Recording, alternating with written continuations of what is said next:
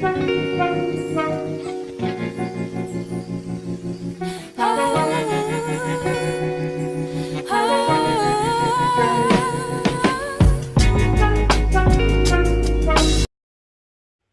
ఇచ్చిన దేవునికి వందనాలు చెల్లిస్తూ ఉన్నాను. అలా చూస్తున్న మీ అందరికీ కూడా శుభాలు తెలియజేస్తూ ఉన్నాను. మరి ఎక్కడైతే ఇద్దరు ముగ్గురు ఉంటారో వాళ్ళ మధ్య నేను ఉంటానని సెలవిచ్చిన దేవుడు మరి మన మధ్య పరిశుద్ధాత్మ దేవుడు సంచారం చేస్తూ ఉన్నాడు. అలాగే మన మధ్య దేవుడు ఉన్నందుకు దేవునికి తండ్రి కుమార పరిశుద్ధాత్మ త్రియేక దేవునికి వందనాలు చెల్లిస్తూ ఉన్నాను. చిన్న ప్రార్థన చేసుకున్నాను. స్తోత్రం నాయన మహాపరిశుద్ధుడా, ప్రేమ నమ్మకం కలిగిన మా పరలోక తండ్రి, మీకు వందనాలు స్తోత్రాలు చెల్లిస్తూ ఉన్నాం ప్రభా. ఇటు సమయాన్ని మాకు ఇచ్చినందుకు స్తోత్రంలో ప్రభా. నాయన మేడంతరాత్మ అభిషేకంతో మీ శిలువచాట్ను మరుగుపరుచుకుని ప్రభా. అరే నా నోటికి బదులుగా మీరే మాట్లాడమని ప్రభా. చూస్తున్న అందరిపైన కూడా మీ అభిషేకంతో ఆత్మతో నింపి నాయన అందరిని కూడా దర్శించమని యేసునామములో అడుగు వేడుకుంటున్నాను పరమ తండ్రి. ఆమేన్. అయితే ఈరోజు వాక్యాంశం ఏంటంటే విశ్వాసము కలిగి మనం ప్రార్థన చేయాలి. విశ్వాసము కలిగి మనం ప్రార్థన చేసినప్పుడు కొన్ని అద్భుతాలు చూస్తాము, ఆశ్చర్యకార్యములు చూస్తాము. అన్నీ మరి కొన్ని అయితే ఆగిపోయినవి కూడా జరుగుతుంది అన్నమాట. ఆ విధంగా మరి విశ్వాసము కలిగి మనం ప్రార్థన చేస్తే మరి మనము ఇక మరి గొప్ప కార్యాలు చూస్తాము, అద్భుతాలు చూస్తాము, ఆశ్చర్యకార్యములు కూడా చూస్తామన్నమాట. అలాగే మరి అపోస్తుల కార్యము 12వ అధ్యాయము మరి 5వ వచనము నుంచి కూడా మనం చూస్తే పేతురు చెరసాలలో ఉండినప్పుడు సంఘం అతని కొరకు అత్యాసక్తితో దేవునికి ప్రార్థన చేయుచుండేది. అయితే మరి పేతురు చెరసాలలో ఉన్నప్పుడు వాళ్ళు ఏం చేశారు? అత్యాసక్తితో ప్రార్థన చేశారు. అత్యాసక్తితో ప్రార్థన చేశారు కానీ వాళ్ళలో ఏమి లేదు, విశ్వాసం లేదనమాట. అయితే మనం పేతురు అధ్యాయము 12వ అధ్యాయం 5వ వచనం దగ్గర నుంచి మరి అధ్యాయం అంతా మరి చివరి వరకు మనం చదువుకున్నట్టయితే మరి అతడు మరి అత్యాసక్తితో సంఘము ప్రార్థన చేయుచుండెను. అయితే మరి అప్పుడు దూత అతనితో నీవు లేచి నడుము కట్టుకుని చెప్పులు తొడుక్కొనవలెను. అతడు అలాగ చేసిన తర్వాత దూత అతన్ని వస్త్రం పైన వేసుకుని నా వెంబడ రమ్మని అతనితో చెప్పాను. అయితే దూత అతని దగ్గరికి వచ్చి పై వస్త్రం వేసుకుని అతన్ని మరి దూతని వెంబడించమని చెప్పింది. అయితే అతడు వెలుగులకు వచ్చి నుండి మళ్ళీ దూత జరిగినది నిజమా గ్రహించి తనకి దర్శనం కలిగిందని తలంచాను. అంటే మరి పేతురు ఏమనుకున్నాడంటే దూత వచ్చి అతన్ని వస్త్రం వేసుకుని బయటికి రమ్మన్నప్పుడు ఆయన ఏమనుకున్నాడంటే కళ అనుకున్నాడు కానీ అది నిజం అనుకోలేదన్నమాట. అయితే మరి మొదట కావాలి, రెండో కావాలి, దాని పట్టణము పోవు ఇనుప గౌని ఎద్దుకు వచ్చినప్పుడు తనంట దాని అదే వారికి దానంతటా అదే వారికి తెరుచుకొనేను. వారు బయలుదేరి ఒక వీధి దాటిన వెంటనే దూత అతన్ని విడిచిపోయాను. అయితే మరి అదటి గేటు ఆ గేటులు దాటిన తర్వాత ఏమైంది? ఆ గేటులు దానంతటికి అవే తెరిచిపోయినాయి అనమాట. తర్వాత దూత అతన్ని విడిచి వెళ్ళిపోయింది. 11వ వచనంలో మరి 12వ అధ్యాయం 11 వచ్చి పేతురు తెలివి వచ్చి ప్రభు దూతను పంపి హేరోదు చేతిలో నుండి యూదుల ప్రజలు నాకు చేయని ఉద్దేశించిన వాటి నుండి నన్ను తప్పించినని ఉన్నాడని ఇప్పుడు నాకు నిజంగా తెలియదు అనుకున్నాను. అప్పటి వరకు ఏమనుకున్నాడంటే దూత వచ్చి పై వస్త్రం వేసుకుని బయటికి రమ్మన్నప్పుడు అవి మరి దూత రమ్మని వచ్చినప్పుడు ఆ ఇనుప గడియలు అవే తెరుచుకున్నాయి అనమాట. తెరుచుకుని దూత విడిచిపెట్టి వెళ్ళిపోయిన తర్వాత మరి పేతురు ఏమనుకున్నాడంటే అది వాటన్నిటి నుంచి దేవదూత నన్ను తప్పించిందని. అప్పటి వరకు అంతకుముందు ఏమనుకున్నాడు? అది దర్శనం అనుకున్నాడు, కళ అనుకున్నాడు. కానీ ఇప్పుడు ఆయన ఏమంటున్నాడంటే నన్ను ప్రజలు మరి పేతురు తెలివి వచ్చి ప్రభు దూతను పంపి హేరోదు చేతిలో నుండి యూదుల ప్రజలు నాకు చేయను ఉద్దేశించిన వాటిని అన్నిటి నుండి నన్ను తప్పించున్నాడని ఇప్పుడు నాకు నిజంగా తెలియనని అనుకున్నా. అయితే మరి యూదులు మరి పేతును చెరసాలలో ఉంచి బాధ పెట్టాలనుకున్నారు, కానీ దేవుడు వాటిని అన్నిటి నుంచి తప్పించాడని నిజంగా ఇప్పుడు పేతురు తెలుసుకున్నాడు అనమాట. నిజంగా తెలియదని అనుకున్నాడు అనమాట. ఇట్లా ఆలోచించుకున్న అతను ఏం చేశాడంటే, మార్కను మారుపేరు గల యాహాంత లేని మరీ ఇంటికి వచ్చును. అక్కడ అనేకులు కూడి ప్రార్థన చేయుచుండేది. అతడు తలవాగుడు తలుపు తట్టుచుండగా రోదే అని ఒక చిన్నది ఆలకించుటకు వచ్చెను. ఆమె పేతురు స్వరం గుర్తుపట్టి సంతోషము చేత తలుపు దిగ లోపలకు పరిగెత్తుకొని పోయి పేతురు తలుపు దగ్గర నిలుచుచున్నాడని తెలిపాను. అందుకు వారు, నీవు పిచ్చిదానివని, రైతు తాను చెప్పినది నిజమని దృఢంగా చెప్పినప్పుడు వారు అతన్ని దూత అనిరి. అయితే మరి ఆ పేతురు మరి అక్కడ బయటకు విడిపించిన తర్వాత ఆ మార్కు అను మారిపేరు గల యాహాతలి మరియ ఇంటికి వెళ్ళాడనమాట. వెళ్ళినప్పుడు అక్కడ అనేకులు కూడి ప్రార్థన చేయుచుండరి. అతడు ఒకటి తలుపు తట్టుచుంటూ రోదే అని చిన్నది ఏం చేసింది, బయటికి వచ్చింది. బయటకు వచ్చి పేతురు స్వరాన్ని గుర్తుపట్టి వెళ్ళి మరి పేతురు గారు వచ్చారని చెప్తుంది. పేతురు గారు వచ్చారని చెప్తే వాళ్ళందరూ కూడా ఏం చేశారు, వాళ్ళు ఎవరో పేతురు గారు కాదు, దూత వచ్చింది అని అన్నారన్నమాట. అయితే వీళ్ళు ఏమి ప్రార్థన చేస్తున్నారు, దేనికోసం ప్రార్థన చేస్తున్నారు, పేతురు గారు చెరసాలలో నుంచి విడిపించబడాలని చెప్పేసి ప్రార్థన చేస్తూ ఉన్నారు. ఎలా ప్రార్థన చేస్తున్నారు, అత్యాసక్తితో ప్రార్థన చేస్తూ ఉన్నారు. మరి అపొస్తలుల కార్యము 12:5 వచనంలో వాళ్ళు ఏం ప్రార్థన చేస్తున్నారు, అత్యాసక్తితో, అంటే బాగా ఎక్కువ ఆసక్తితో ప్రార్థన చేస్తూ ఉన్నారన్నమాట. వాళ్ళు ఎక్కువ ఆసక్తితో ప్రార్థన చేస్తూ ఉంటే మరి వాళ్ళు ప్రార్థన చేస్తున్నారు, కరెక్టే. అయితే ఆ ప్రార్థన విని దేవదూత వెళ్ళి పేతురుని చెరసాల నుంచి విడిపించి బయటికి తీసుకొచ్చింది. ఫస్ట్ పేతురు గారు ఏమనుకున్నారు, ఆయన అది కళ దర్శనము అనుకున్నాడు. తర్వాత దూత విడిచిపెట్టి వెళ్ళిపోయిన తర్వాత నిజముగానే ఈదుల దగ్గర నుంచి నన్ను విడిపించాడని ఆయన తెలుసుకున్నాడు అనమాట. ఆ తర్వాత మార్కు అని పేరు గల ఆయన తల్లి అయిన మరి ఇంటికి వెళ్ళినప్పుడు అనేకలు కూడి మరి పేతురు గారు విడిపించాలని ప్రార్థన చేస్తూ ఉన్నారు. అంటే మరి పేతురు గారు చెరసాల్లో ఉన్నది నిజమే. అయితే మరి వీళ్ళు మారుపేరు గల ఆయన మరి మార్కు అను మారుపేరు గల యాహాన్ తల్లి అయిన మరియా అక్కడ అనేకులు కూర్చుండి ప్రార్థన చేస్తూ ఉన్నారు. ఎందుకు, పేతురు గారు చెరసాల్లో విడిపించబడాలని ప్రార్థన చేస్తూ ఉన్నారు.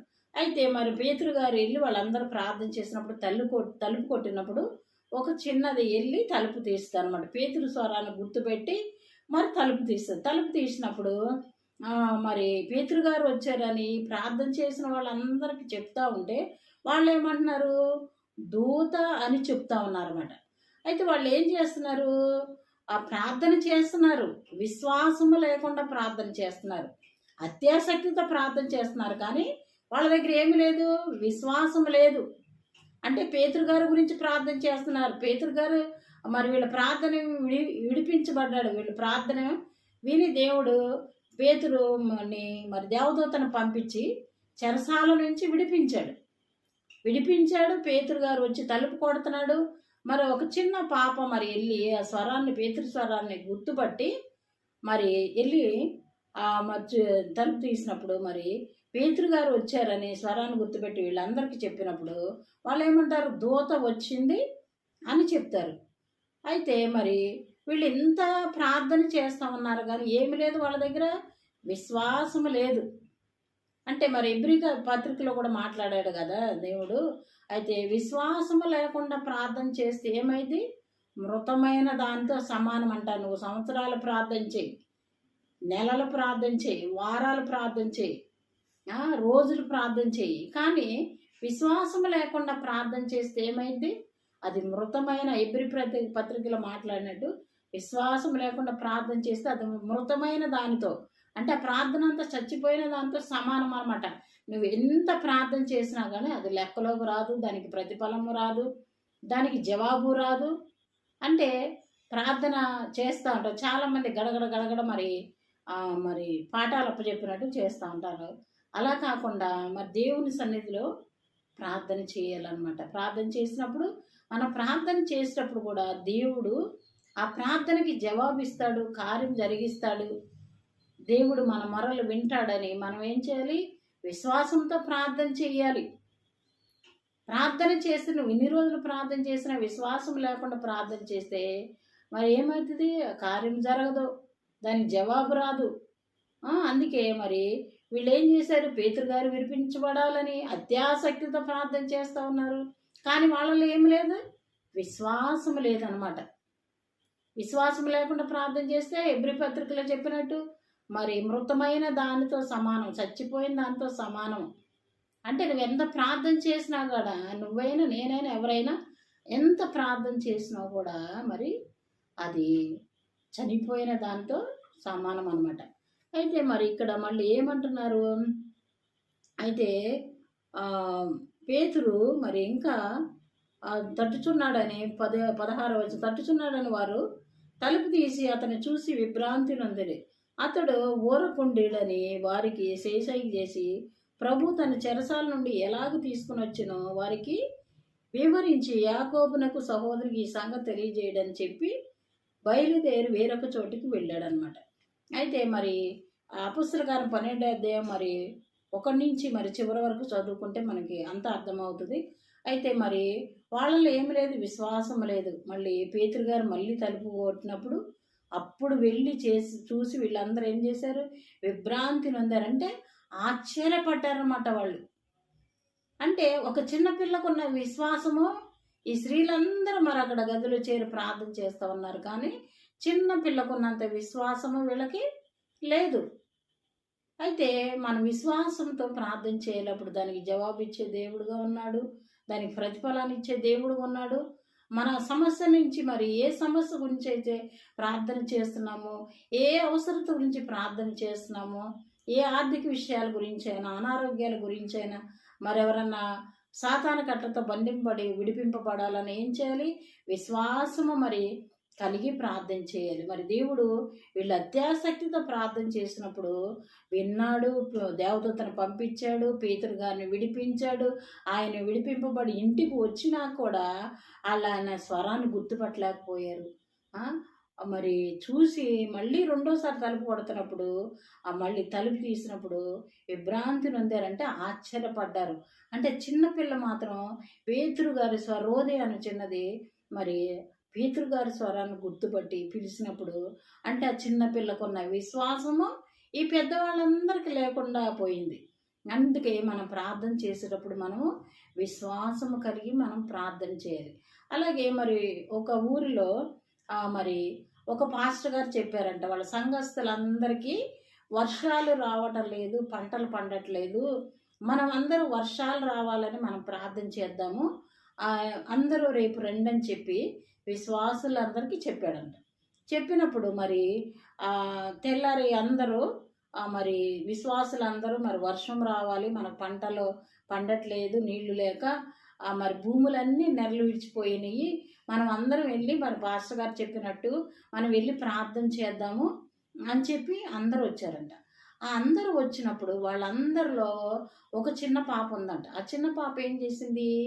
పాస్టర్ గారు వర్షం గురించి ప్రార్థన చేయడానికి రమ్మని చెప్పారు, మరి వర్షం వస్తే మరి మనం తడిసిపోతాం కదా, అందుకే మనము గొడుగు తీసుకెళ్దామని ఆ చిన్న పాప ఏం చేసింది? ఒక గొడుగు తీసుకుని వచ్చిందంట సంఘానికి వచ్చేటప్పుడు. అయితే మరి పాస్టర్ గారు రమ్మన్నారు, సంఘస్థులందరూ ప్రార్థన చేయాలని వచ్చారు. మరి ప్రార్థన చేస్తే మరి వర్షం వస్తుంది కదా, విశ్వాసంతో కలిగి ప్రార్థన చేసినప్పుడు వర్షం వస్తుంది, విశ్వాసం లేకపోతే రాదు. ఇప్పుడు పేతురు పత్రికలో వాళ్ళు ప్రార్థన చేశారు కానీ నమ్మలేదు వాళ్ళు. ఆ చిన్న పాపకున్న విశ్వాసం వాళ్ళలో లేకుండా పోయింది. అలాగే ఇక్కడ కూడా పాస్టర్ గారు మరి అందరూ రండి, రేపు మరి వర్షాలు రావాలని ప్రార్థన చేద్దాము, పంటలు పండగ చాలా నష్టపోతూ ఉన్నాయి, అందరికీ ఆహారం కూడా మరి పంటలు పండితేనే కదా వచ్చేది అని చెప్పి అందరిని రమ్మన్నప్పుడు తెల్లారు అందరూ కూడా ఏం చేశారు? ప్రార్థన చేయడానికి వచ్చారు సంఘస్థులందరూ. వాళ్ళల్లో ఒక చిన్న పాప వస్తా గొడుగు పట్టుకుని వచ్చిందంట. అంటే ఎందుకు గొడుగు పట్టుకొచ్చింది? మనం ప్రార్థన చేసేది వర్షం గురించే. వర్షం వస్తుంది కాబట్టి మనం వెళ్ళేటప్పుడు తడిసిపోతాం కదా, అందుకని గొడుగు పట్టుకుని వచ్చింది ఆ పాప గొడుగు పట్టుకొచ్చిందని సంఘస్థులందరూ చూసి నవ్వారంట. ఇదేంటి గొడుగు పట్టుకుని వచ్చిందేంటి, వర్షం రావట్లేదు కదా అని చెప్పేసి వాళ్ళందరూ కూడా నవ్వారంట ఈ పాపను చూసి. అయితే ఆ నవ్విన తర్వాత మరి పాస్టర్ గారు చెప్పినట్టు పాస్టర్ గారు విశ్వాసులు అందరూ కలిసి ఏం చేశారు, ప్రార్థన చేశారు. ప్రార్థన చేసినప్పుడు వర్షం బాగా వచ్చిందంట, పెద్దగా వచ్చిందంట వాన.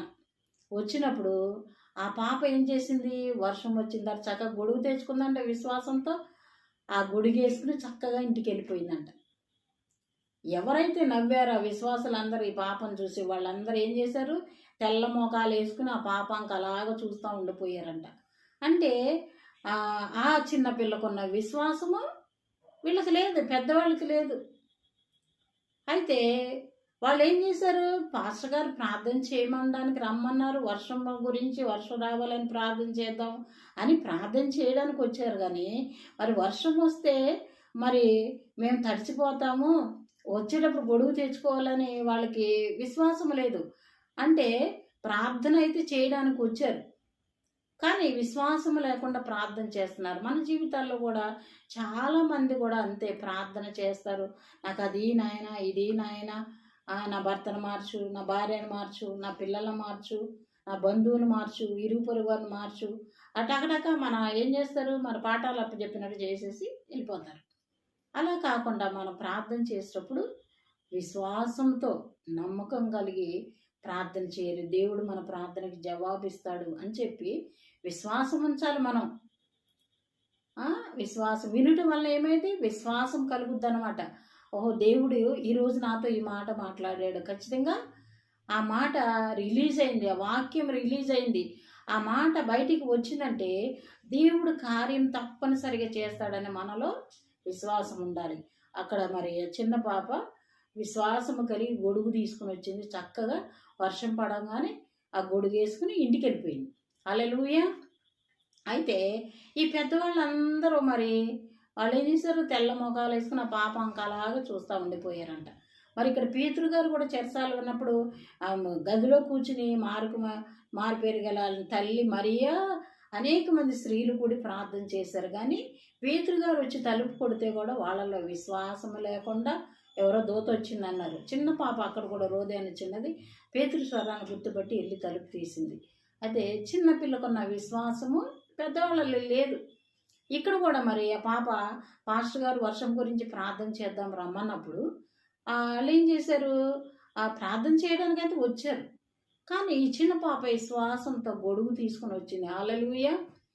అయితే మరి ఆ చిన్న పాప గొడుగు తీసుకురావడం వలన విశ్వాసంతో మరి విశ్వాసముతో రావడం వలన వర్షం వచ్చింది, చక్కగా గొడుగేసుకుని వెళ్ళిపోయింది. అలాగే ఇక్కడ కూడా చిన్న పాపకు ఉన్నంత విశ్వాసము మనకి లేదు, పెద్దవాళ్ళకి లేదు. అందుకే మనం ప్రార్థన చేసేటప్పుడు విశ్వాసం ఉంచాలి. మరి పేతురు గారు విడిపించబడాలని అపోస్తలుల గారు 12:5 అత్యాసక్తితో ప్రార్థన చేస్తారు, కరెక్టే, కానీ వాళ్ళలో విశ్వాసం లేదు. ఇక్కడ కూడా పాస్టర్ గారు మరి ప్రార్థన చేద్దాం వర్షం గురించి అన్నప్పుడు ఇక్కడ కూడా చిన్న పాపే, అక్కడ కూడా రోదైన చిన్న పాపే, ఇక్కడ కూడా చిన్న పాపే గొడుగు తీసుకుని వచ్చింది. అంటే చిన్న పిల్లలకు ఉన్నంత విశ్వాసము మనకు లేదు. అందుకే మనము మరి ఎబ్రీ పత్రికలో చెప్పినట్టు విశ్వాసం లేకుండా ప్రార్థన చేస్తే మృతమైన దాంతో సమానము. అంటే మనం ఏ ప్రార్థన చేసినా కూడా మనం ఏం చేయాలి, విశ్వాసము కలిగి మనం ప్రార్థన చేయాలి. దేవుడు నా ప్రార్థన వింటాడు, ఆలకిస్తాడు అని చెప్పి మరి ప్రార్థన చేయాలి. అంటే మరి యాకోబు పత్రికలో కూడా మరి 5:7 వచనంలో చెప్పినట్టు మరి నీతిమంతుల ప్రార్థన అంట మనం పూర్వకముదై బహు బలము గలదై ఉంటుందంట. అంటే రక్షింపబడిన ప్రతి ఒక్కరూ నీతిమంతులే.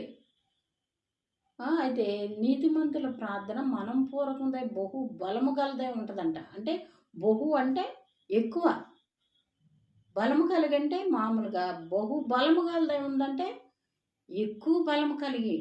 అందుకనే మన ప్రార్థన ఖచ్చితంగా దేవుడు ఆలకిస్తాడు. అంటే ఈరోజు చూస్తున్న మీ అందరిలో కూడా చాలామంది పరిశుద్ధాత్మ దేవుడు బయలుపరుస్తూ ఉన్నాడు. ఎందుకంటే చాలామంది చూస్తూ ఉన్నారు కానీ ఏం చేయండి, మీ అందరితో కూడా దేవుడు ఈరోజు పరిశుద్ధాత్మ దేవుడు మాట్లాడుతూ ఉన్నాడు. ఏమని? చాలామంది కొన్ని సంవత్సరాలుగా ప్రార్థన చేస్తున్నారు, కొన్ని నెలలుగా ప్రార్థన చేస్తున్నారు, కొన్ని వారాలుగా, కొన్ని రోజులుగా ప్రార్థన చేస్తున్నారు. కానీ మీలో చాలామందికి విశ్వాసం లేదు. ప్రార్థన చేస్తున్నారు, నేను ఎంత ప్రార్థన చేసినా ఎందుకు నాకు జవాబు రావట్లేదు, ఎంత ప్రార్థన చేసినా నా ప్రార్థన ఎందుకు దేవుడు వింటలేదు, ఎంత ప్రార్థన చేసినా ఏ కార్యము జరగట్లేదు అని చెప్పి చాలామంది అనుకుంటున్నారు. మీలో చూసే వాళ్ళందరూ కూడా చాలామంది ఉన్నారు. పరిశుద్ధాత్మ దేవుడు మరి బయలుపరుస్తూ ఉన్నాడు. అందుకే మనం ఏం చేయాలి? విశ్వాసము కలిగి ప్రార్థన చేయాలి. వాళ్ళు అత్యాసక్తితో ప్రార్థన చేశారు కానీ వాళ్ళల్లో విశ్వాసం లేదు. అక్కడ కూడా రోదే అనేది చిన్న పాపే విశ్వాసం ఉంచి పేతురు గారి స్వరాన్ని గుర్తుపట్టింది. ఇక్కడ కూడా మరి చిన్న పాపే పాస్టర్ గారు చెప్పిన మాట విని మనం వెళ్ళి ప్రార్థన చేస్తే వర్షం వస్తుంది కాబట్టి గొడుగు పట్టుకెళ్తామని చెప్పి వచ్చిందనమాట. అంటే చిన్నపిల్లలకు ఉన్నంత విశ్వాసం మనకు లేదు. అంటే మన విశ్వాసంలో బలం పొందుకోవాలి. విశ్వాసంలో మనం వేరు పారిన వాళ్ళమై ఉండాలి. అంటే వేరు పారడం అంటే వేరు ఎక్కడికి వెళ్తుంది? భూమిలోకి లోతుగా వెళ్తుంది.